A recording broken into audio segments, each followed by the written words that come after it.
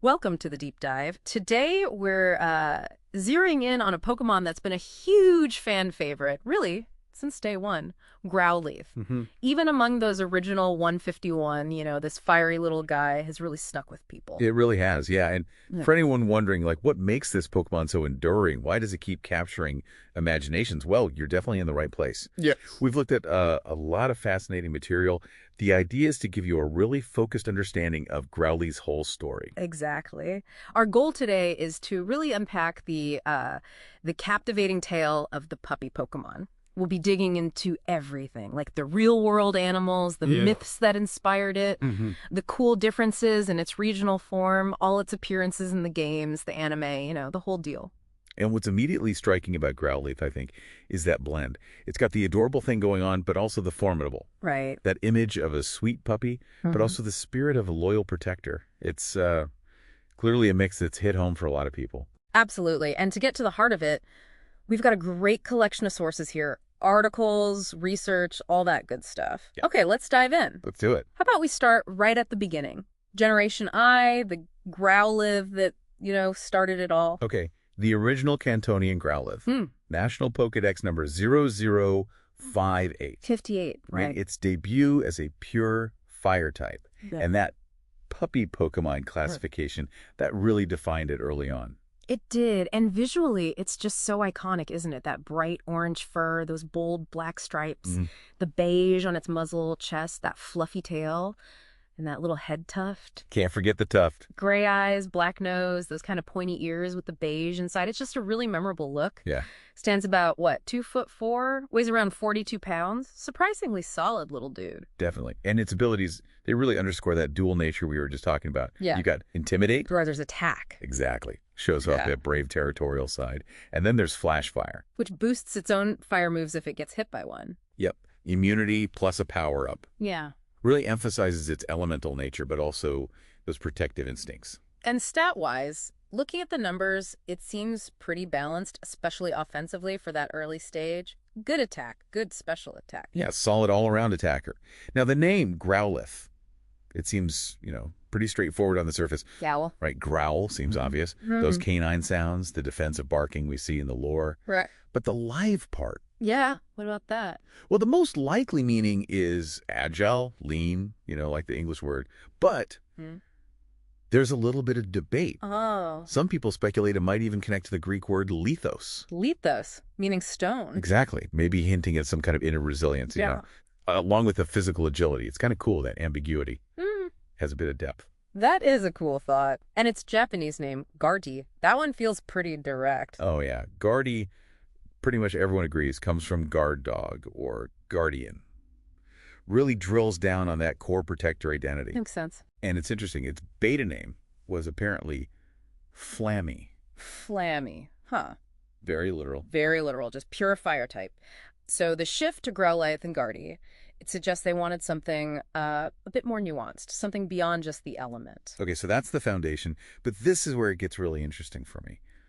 Where did this design actually come from? It's clearly dog-like, yeah, but there's something else going on there too. You're absolutely right. While the main inspiration is definitely canine, you see it in all the Pokedex entries talking about barking, loyalty, smell, obedience. And the puppy classification itself. Exactly. But there's also a pretty significant influence from the Asiatic lion. A lion? Really? Where? Think about the face shape, the rounded ears, and especially those mane-like tufts of fur around its head and chest. Ah, okay, I see it now. That sort of regal fluff. Precisely. It's not just any puppy. There's a certain noble quality there. And this lion aspect, it ties directly into its main mythological inspiration. Which is? The Japanese lion dog guardian statues. You know them as Komainu or Shisa. Oh, right, the ones you see outside shrines. Exactly. They're placed in pairs, traditionally, to guard sacred spots, ward off evil. That protective role is just fundamental to Growlithe's whole character concept. Wow, okay. That makes so much sense with the loyalty, the defensiveness everyone associates with it. And the history of those statues is fascinating in itself. Lions aren't native to Japan, right? Right. So the Komainu and Shisa actually came from Chinese guardian lions, which in turn were inspired by actual Asiatic lions brought to China way back along the Silk Road. Whoa. So there's this whole cross-cultural journey behind the inspiration. A really incredible flow of ideas and imagery, yeah. And it gets even more layered. How so? Over time, particularly during Japan's Edo period, these guardian statues started picking up features from other animals, like tigers, sometimes foxes too. So they weren't pure lion anymore. Not strictly. It was this cultural syncretism, this blending, different animal traits, different beliefs, all sort of fused together, enriching the symbolism. And Growlithe reflects that mix too, doesn't it? I mean, the stripes. Exactly. That bright orange coat with the black stripes, that's a clear visual link to a tiger. Okay. And that big bushy tail, it definitely evokes a fox's tail. Right. So Growlithe isn't just based on one thing, it's this composite creature. It mirrors that whole process of cultural borrowing and adaptation you see in how the Kamado and Shisa statues evolved. It's like a little piece of cultural history baked into a Pokemon. That's incredible. It really shows the depth they sometimes put into these designs. Now, speaking of depth, there's always been this intriguing detail about Arcanine, its evolution. The Pokédex calls it a legendary Pokemon. What's the story there? Is it really legendary? Oh, yeah, that's a classic bit of Pokemon trivia, and it's caused a lot of fan speculation over the Yeah, I years. bet. So one theory is that Arcanine might have actually been designed before Growlithe, and Growlithe was maybe created later as its pre-evolution, the puppy stage. Interesting. Another popular idea is that Arcanine was originally meant to be a true legendary in Generation I, maybe alongside Articuno and Zapdos. Like one of the core legendaries. Potentially.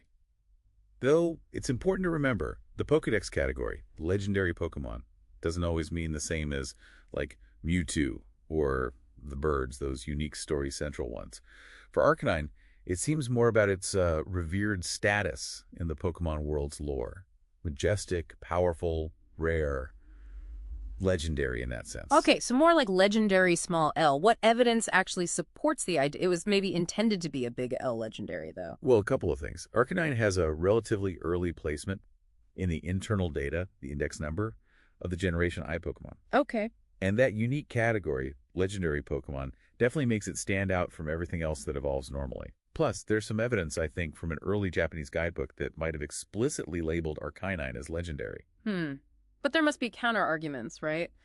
Reasons to doubt it was ever meant to be like Zapdos. Oh, absolutely. That early index placement.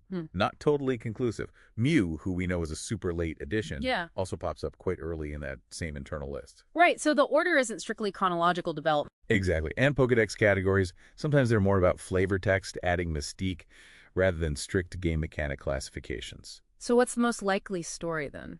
A really plausible scenario, I think, is that Arcanine was perhaps an early concept for the Fire-type member of Legendary Trio. But maybe the designers decided later to go with Moltres to keep the bird theme consistent with Articuno and Zapdos. Ah, for thematic consistency. That makes sense. Precisely. So even if Arcanine didn't end up as a game mechanic legendary like the birds, that legendary Pokemon title in the Pokédex, and honestly, it's incredibly high base stats for a non-legendary. Yeah, it's strong. Very strong. Those could be like a lasting nod, a little homage to that initial, perhaps grander concept. It adds to its mystique, and definitely adds to Growlithe's significance too, being the prelude to such a majestic creature. Fascinating. Okay, so Growlithe makes this strong entrance in Gen I, packed with all this hidden depth. How has its portrayal, evolved or maybe stayed consistent in the later games? What's really remarkable, I think, is how consistent the core characteristics have remained. We see this especially in the Pokédex entries across the generations. Like what are the big recurring themes? Loyalty, bravery, protectiveness, and that incredible sense of smell. Those pop up again and again. Can you give some specific examples? Like, how does Gen I describe it versus, say, Gen 7? Sure. So Gen first, the focus is really on its territorial nature. Friendly, but fiercely protective of its space. It'll bark and bite invaders. Okay, standard guard dog stuff. Right. Then in Generation 2, Gold and Silver, they really play up its bravery and trustworthiness. It's fearless, even against stronger foes, super loyal to its trainer, the protective barking is mentioned again, and it controls a large territory, using its sense of smell to identify intruders. So the smell becomes more prominent. Definitely. And Generation 3, Ruby and Sapphire, they go even further with the smell. It's described as superb, unforgettable. It can even apparently detect emotions through scent. Whoa, okay. Sensing feelings with its nose. That's a cool detail. Isn't it? Then Gen 4, Diamond and Pearl, they introduce this idea of disciplined loyalty. how it'll wait motionlessly for an order before acting. Very obedient. So loyal and disciplined. Generation V, black and white, takes that protective instinct maybe a step further. It's depicted as actively running unexpected visitors out of town if they approach its trainer. Ha! Don't mess with its trainer. Pretty much. And then in Generation the Seventh, Sun and Moon, they add cleverness to the list of traits. And there's more detail on how it defends its territory, specifically mentioning battles against Pokémon like Rockruff. Ah, showing its wild side, too. Yeah, and there's that really fascinating historical note in Ultramoon's Pokédex entry. What's that? It mentions the discovery of Growlithe bones found in Stone Age ruins. No way. So they've been alongside humans for ages. It totally reframes the relationship, doesn't it? Yeah. It suggests this deep, long-standing partnership going back thousands of years. It really shows how Game Freak doesn't just repeat info. They subtly build on the lore, iterate on the world building with each new game. It's like they have this core blueprint for Growlithe, and every generation just adds another interesting layer or detail. What about where you actually find Growlithe in the games? Is there a pattern there? Generally, yeah. Its typical habitat is depicted as grassy plains. Specific routes often feature it across the different regions. Like? You see it on routes 7 and 8 back in Kanto. Later, in Sinnoh, it's on routes 201 and 202. Sometimes it's in more specific enclosed locations, too, like the Pokémon Mansion or the Verbank complex in Unova. Okay. And that mention of Stone Age ruins where its bones were found. That implies a long history of living in various places, often near where humans were active. So it's not just a random encounter. There's a sense of it belonging in those environments, sometimes close to people, which ties back to that long history you mentioned. Okay, let's switch gears a bit. Let's talk about a really fascinating development. The Hisuian Growlithe. Ah, yes. This regional variant introduced in Pokemon Legends. Arceus was a pretty big surprise, wasn't it? Absolutely. Hisuian Growlithe is such a fantastic example of Pokemon adaptation. In ancient Hisui, with its harsher conditions, it evolved into this dual-type Fire Rock Pokemon. Fire Rock. That's different. Big difference. Yeah. And it was even reclassified. Not the puppy Pokemon anymore, but the Scout Pokemon. Scout Pokemon. Interesting. And the look is totally different, too. Much darker fur, way shaggier. Are those actual rocks in its fur? Pretty much. That darker, almost orange-red fur, the light gray mane and tail, the light tan muzzle, it all gives it this much more rugged, wild appearance. Yeah. And yes, its fur is said to have igneous rock components mixed in, likely from adapting to the volcanic areas it lives in. You can see it most clearly with that little rock horn on his forehead. It has a horn. A small one, yeah. And its mane is longer, thicker, often kind of obscures its eyes, and ends in these 3 distinct curls. Visually, it looks even more like those stone Shiza statues we talked about. That rock typing makes perfect sense then with the visuals and the environment. I remember reading somewhere that the rock horn isn't actually that sturdy. That's right, yeah. The lore mentions it avoids using the horn unless it absolutely has to, maybe hinting that it's a bit brittle, like natural rock can be. Okay. And that thicker, shaggier fur, clearly an adaptation for insulation against the colder weather in Hisui's highlands. And behaviorally, it seems different too. Not quite the same eager-to-please puppy as the Cantonian one. Exactly. They're described as patrolling their territory in pairs. That suggests maybe a more cooperative, possibly more cautious approach to survival. Pairs? Interesting. And significantly, the lore says they take much longer to bond with humans, which makes sense, right? Their history in Hisui was largely separate from human settlements out in the wilds. So much more independent, maybe a bit wary even. Yeah. What about its abilities? Did those change with the new typing? It actually keeps Intimidate and Flash Fire, which ties it back to its Cantonian roots, its fire heritage. Okay. But its hidden ability is Rockhead. Rockhead. Yeah. Stops recoil damage. Exactly. Very fitting for a Pokemon that's literally part rock and might use powerful moves that normally have recoil. Interestingly, some early data for Legends. Arceus apparently listed Justified as a possible hidden ability, but Rockhead is what ended up in the final game. Gotcha. And how does it stack up in battle compared to the original? That Fire Rock typing must create some different matchups. Oh yeah, big time. Offensively, it gains rock-type moves, which is great coverage, adds new options. Defensively. That's the trade-off. It becomes really vulnerable defensively. It takes 4 times the damage from both water and ground attacks. Ouch. Quad weakness. 2 of them. And it also picks up a weakness to fighting-type moves. So while it does gain some new resistances, thanks to the rock typing, overall, it's arguably more fragile. It's a really clear example of how adapting to a specific environment brings new strengths but often new vulnerabilities too. Definitely a strategic choice for trainers then. Now, whether it's the original Cantonian or the Hisuian form, the way they evolve into Arcanine is the same, right? Still needs that Firestone. It's exactly right. Both forms need a Firestone to evolve into their respective Arcanine. Cantonian Growlithe, that's been the method since Gen 1. Since the beginning. And even with all the differences in the Hisuian form, the typing, the look, it's still that Firestone that triggers the evolution. It really does seem to underscore that core fire essence we talked about earlier. It's fundamental. It's fascinating that the trigger remains the same, despite how different they are. And Arcanine itself, you generally can't just find one wandering around, right? Evolution is the main way. That's generally true, yeah. And it's explicitly the only way for Hisuian Arcanine in Legends. Arceus, you have to evolve it, which means you need to get your hands on a Firestone. And getting those stones, that can vary depending on the game you're playing. Oh yeah, the methods change quite a bit. Can you give us a quick rundown? Like, how would you find one in, say, Legends? Arceus. In Legends, Arceus, you can find them sometimes by breaking those sparkly tumblestone ore deposits you see around Hisui. Okay, smashing rocks. Yep. Or you can buy one at the trading post in Jubilife Village using merit points. Merit points. You get those from finding lost satchels, right? Exactly. And there's also a specific side quest for Quest 52, Eevee's Evolutions, that rewards you with your choice of evolution stone, including the Firestone. Nice. What about a more recent game, like Sword and Shield? Okay, in Galar, you've got a few options. You can search for hidden items daily around the stones in the Lake of Outrage area in the wild area. The Circle of Stones. That's the one. There's also a guaranteed one you can find just lying on the ground near the Motostoke Riverbank. Or you could try your luck with the Digging Duo brothers near the wild area entrance. The Wright brother sometimes digs them up. The lottery guy? Pretty much. And if you have the DLC, there's one in the Pop Bottom Desert on the Isle of Armor. Plus, occasionally Pokemon you send out on Pokejobs might just bring one back as a reward. So lots of ways, but often involves a bit of searching or maybe some luck.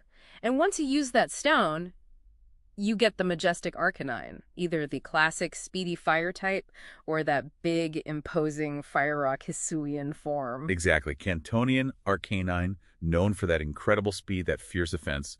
Hisuian Arcanine, keeping the Fire Rock typing, looking much more ancient, rugged with that big, fluffy gray mane. Very distinct looks. Definitely. Now, Growlithe's story, it goes way beyond just the main games, doesn't it? It pops up all over the place in the Pokemon multimedia universe. It really does. And what's really compelling is how consistent those core traits, the loyalty, the bravery, remain across all these different media. Yeah. Like, where else? Well, even within the core series games, especially the more recent ones, Hisuian Growlithe has had some significant story roles. In Legends, Arceus, Polina's Growlithe, is the pup of the previous Noble Arcanine. Ah, right. Part of that whole storyline. Exactly. A direct link to Hisui's past. And then in the Teal Mask DLC for Scarlet and Violet, Perrin has a Hisuian Growlithe, its younger sibling, that she entrusts to you. It shows they survived into the present day. Connects the past and present again. Cool. And wasn't there a Growlithe in Detective Pikachu Returns? Yes. A rideable Cantonian Growlithe. What does it do? It uses its amazing sense of smell to help you track things down, directly pulling from that established lore. Nice consistency. And the anime. Growlithe's been all over the anime. Oh, absolutely. James's childhood Growlithe. Growlithe. Such a touching example of that unwavering loyalty. Really gave James some emotional depth, you know? It really did. And then, of course, there's the classic pairing. Officer Jenny and Growlithe. The police dogs. Yeah. In so many regions, especially before maybe Black and White, Growlithe was the police Pokemon. A real symbol of law, order, faithful service, super consistent visual. We saw one with Officer Jenny in the Power of Us movie too, right? In Fula City? Yep. And there have been others. Laramie had one for that Pokemon race episode way back. Morrison, Ash's rival in Hoenn, had one he battled with. And Perrin's Hisuian Growlithe just made its anime debut recently, too. So it keeps showing up. What about the manga? Does it have similar roles there? Pretty much, yeah. In the Pokemon Adventures manga, which often follows the games closely, Blaine uses a Growlithe for tracking, just like in the games. Again with the smell. Exactly. And other trainers have them, too. Morrison's Growlithe from the anime also shows up in the Ash and Pikachu manga. And there's even a fire-type specialist in the Magical Pokemon Journey series who have one. Okay, so games, anime, manga. What about the trading card game? It must have been there from the start. Oh, absolutely. Card number 028102 in the original base set. Ken Sugimori art. The classic. Yep. And the card text, calls it the puppy Pokémon, mentions its territorial nature, right in line with the early game lore. And since then, countless Growlithe cards over the years, different expansions, different art styles, including, of course, cards featuring the Hisuian form now. It even sometimes shows up in the background artwork of other Pokemon cards. Yeah. Just a constant presence. So really, across all these different ways we experience the Pokemon world, Growlithe consistently shows up embodying that loyalty, that bravery, that protectiveness. It feels very deliberate, maintaining that core identity. It absolutely feels deliberate. And I think that's a huge reason why it stayed so popular with fans for so long. What's really fascinating is seeing how that initial inspiration, those Kamino and Shisa statues, those steadfast guardians, how that idea has just permeated everything Growlithe does. It solidifies its place as way more than just a cute puppy. It's this reliable, courageous companion figure. Okay, so as we kind of wrap up this deep dive, it feels pretty clear that Growlithe's journey has been, well, really compelling. From that original fire-type concept, packed with all those layers of canine and mythological inspiration, to its really cool regional adaptation in ancient Hisui. It's a Pokemon with this incredibly enduring appeal. It really boils down to that core duality, doesn't it? The endearing puppy on one side, the fierce guardian on the other. Yeah. And that combination, rooted so deeply in both real-world animals and this powerful mythology, it just clearly resonates. Plus, the way its character gets reinforced consistently across games, anime, cards, that just strengthens the connection people feel. And the Hisuian Growlithe really stands out. Like you said, it's just a brilliant example of how they can take a classic, something everyone loves, and give it this fresh, exciting twist. Yeah. But it still feels like Growlithe, Absolutely. Its adaptation to Hisui, it beautifully showcases the depth and creativity that can go into the world building. And the fact it still evolves with the Firestone, like its Cantonian counterpart. That just hammers home that fundamental fire essence that defines it. Ultimately, Growlithe's lasting popularity, it just feels like a testament to really successful Pokemon design. It hits that sweet spot. Cute, but fierce, loyal, protective, all wrapped up in a design that has these cool cultural echoes. Right. And then its evolution into Arcanine gives you that satisfying feeling of growth and power. Exactly. Growlithe really is a prime example, I think, of how blending real-world inspiration, fascinating mythology, and a clear elemental typing can create a Pokemon that doesn't just capture the imagination initially, but actually holds on to it for decades. The way its concept continues to evolve, like with the Hisuian form, just ensures it stays relevant. So here's something to maybe think about as you go about your day. Consider how that mix, that interplay of real-world stuff and mythology contributes to the appeal of other Pokemon or even other fictional creatures you like. What kinds of maybe subtle cultural values might be reflected in their designs? Definitely some food for thought there. Thanks for joining us for this deep dive.